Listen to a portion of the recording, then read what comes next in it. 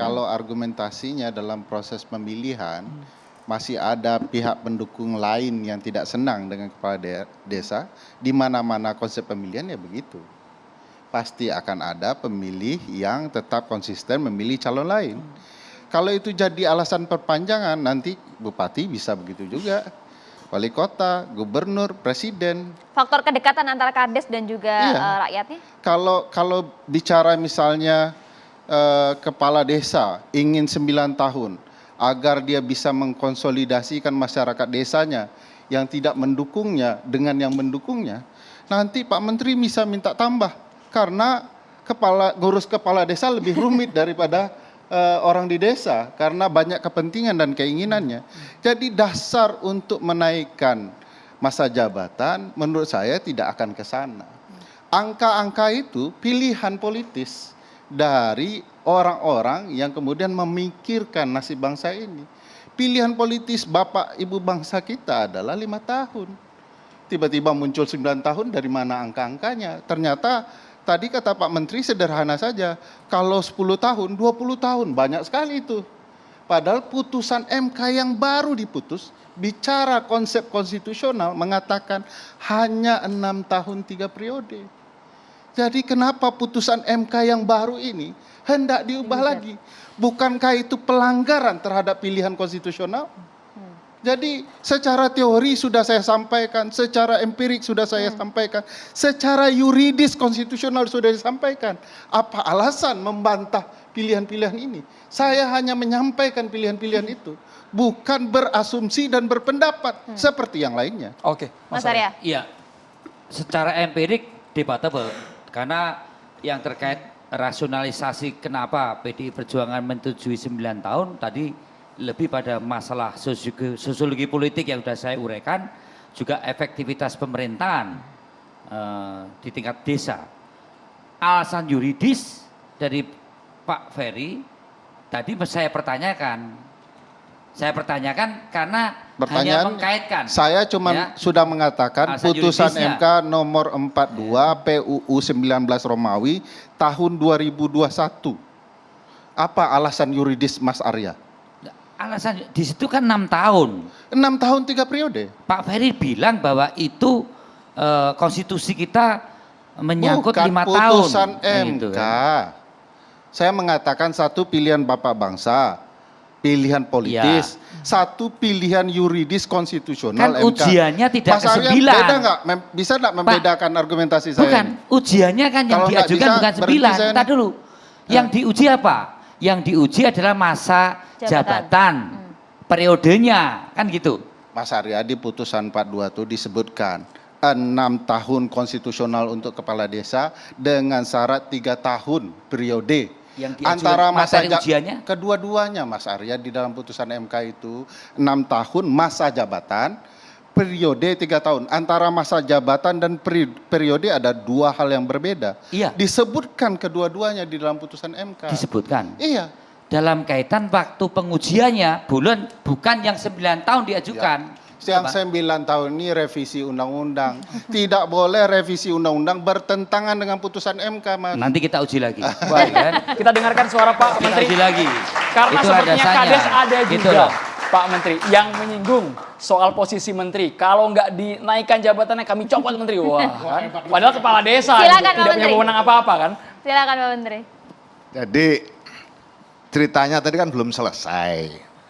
Diskusinya luas, panjang, kali lebar, kali tinggi. Sebenarnya prosesnya panjang itu. Nah 20 tahun diskusi, nggak mungkin lah kalau 20 tahun. Ngobrol-ngobrol ketemulah 9 tahun. Pertanyaan lagi muncul, jadi dinamis. 9 tahun nanti masyarakat jenuh. Iya kalau sesuai dengan harapan, kalau tidak sesuai. Kontrol. Nah dijawab, loh kan ada itu aturan di Undang-Undang Desa. Bisa kepala desa dicopot di tengah jalan. Ada aturannya dan boleh. Nah satu itu, kemudian muncul lagi, lah nanti bupati arogan lagi, kasih PJ, nah, kemudian jual beli jabatan dan seterusnya, dijawab lagi, kan sudah ada itu Permendagri yang mengatur pemilihan antar waktu, pengganti antar waktu, pemilihan oleh musdes yang diperluas, peserta musdes ditambah perwakilan dusun 5 orang, yang 5 orang juga diproses di dusun sehingga merepresentasikan warga masyarakat ikut pemilihan dan musyawarah mufakat. Jadi dinamikanya panjang banget, tidak serta-merta kemudian muncul 9 tahun dan seterusnya. Nah, ini yang pertama. Yang kedua, perlu saya tegaskan, tidak ada satupun usulan aspirasi desa, kepala desa kemarin yang bunyi 9 kali 3, nggak ada. Ini yang perlu saya luruskan, karena Jadi banyak bukan yang meminta. 27 tahun ya Pak ya? Iya, banyak yang meminta. Baru hari ini Pak konversi dari Abdesi Pak. Iya. 9 kali Sudah 2, keluar, bukan Pak. 9 kali 3.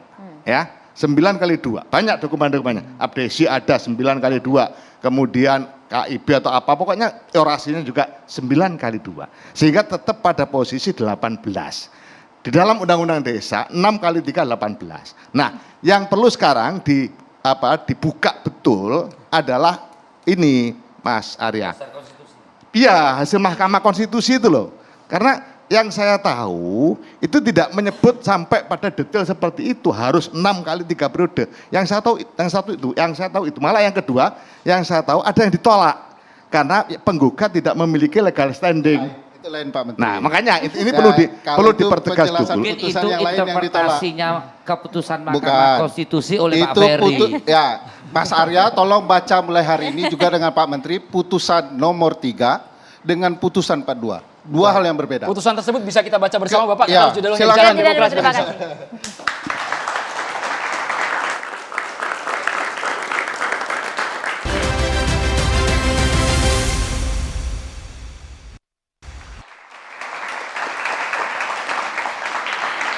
Baiklah, kalau begitu bolehlah kita dengar Bang Fahri, silahkan singkat. Baik, terima kasih.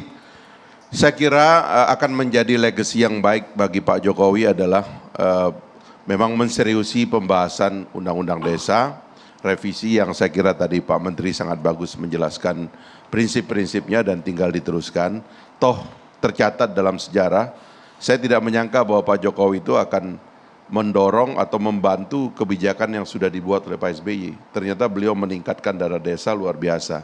Jadi ini itikat baik ini harus dijaga. Nah, masa depan desa itu adalah institusionalisasi. Kalau kita baca Undang-Undang Desa itu kan ingin melengkapi desa dengan segala perangkat demokratik, termasuk memperkuat BPD. Ya, Badan Pemuarcan Desa. Menurut saya itu yang penting, karena itu demokrasi desa itu nanti berasal dari situ. Mereka harus digaji lebih cukup, kesejahteraannya lebih diperhatikan dan sebagainya. Nah, yang lain saya kira masa depan kita adalah memang di desa dan harus ada keseriusan kita bahwa efek dari Undang-Undang Desa itu adalah kesejahteraan desa. Karena itu saya mengusulkan agar dana desa ditingkatkan, biaya pengelolaan desa ditingkatkan, sehingga kemudian pengelolaan desa itu akan lebih Baik, Bang profesional Fahri. dan lebih Ya, demokratis. Mas Ferry Terima kasih. singkat. Sederhananya permasalahan desa bukan permasalahan soal 9 tahun masa jabatan kepala desa. Banyak masalah desa yang utama yang mestinya dibahas. Tentu saya setuju dengan konsep peningkatan kesejahteraan kepala desa dan perangkat desa agar berimbas bagi kesejahteraan yang lebih penting, Oke. yaitu Rakyat. masyarakat desa di masa depan. Baik, Pak Menteri. Ada satu kebijakan yang sekarang sudah kita ambil terkait dengan arah pembangunan di desa, merujuk pada Perpres 59 2017, percepatan pencapaian tujuan pembangunan berkelanjutan. Ada satu idiom di situ, no one left behind. Artinya seluruh warga desa harus merasakan kehadiran dana desa. Baik. Nah, 9 tahun ini sebenarnya salah satunya adalah upaya untuk totalitas agar semua permasalahan yang proses dalam bangunan desa tanpa kemiskinan, desa tanpa kelaparan, desa peduli pendidikan, desa bersih dan nyaman, itu bisa tertata dengan baik, dan disitulah prinsip dari semua yang kita lakukan untuk kesejahteraan warga masyarakat desa. Mas Arya, penguatan desa hanya dengan memperpanjang masa jabatan kadesnya? Ya, dukungan 9 tahun masa jabatan kepala desa, rasionalisasinya tadi sudah saya sampaikan bahwa dinamika konflik dan integrasi pasca pada saat pilkada itu menjadi sesuatu yang kurang efektif terhadap jalannya pemerintahan desa yang hanya 6 tahun, perlu ada perpanjangan 9 tahun, tapi tentu dengan catatan seperti yang Pak Fakri sampaikan, bagaimana 9 tahun akan berdampak pada abuse of power, penggunaan kekuasaan atau penyalahgunaan kekuasaan, ini penting dicermati, jangan sampai 9 tahun justru menjadikan kolusi, nepotisme dan abuse of power itu menjadi pelajaran yang harus dicatat dengan dukungan 9 tahun. Ya. Baik, Mas Bang Boni. Boni. Ya, Saya kira kita harus perhatikan juga persenyawaan antara spirit otonomi daerah dengan mekanisme pelaksanaan pemilihan kepala desa. Karena otonomi daerah itu dulu konsepnya adalah bagaimana membangun dengan perspektif lokal. Local wisdom ini yang dijunjung tinggi. Dan bagi saya desa itu adalah unit atau ujung akar yang terdepan dari sebuah negara, maka kita harus jamin peradaban lokal itu ada di situ. Maka mekanisme pelaksanaan pemerintahan desa tidak boleh mencederai prinsip pemeliharaan local wisdom. Maka masa jabatan ini bagi saya tidak penting soal angka, maka 9 tahun bagi saya sesuatu yang wajar. Terima kasih Oke. banyak Bang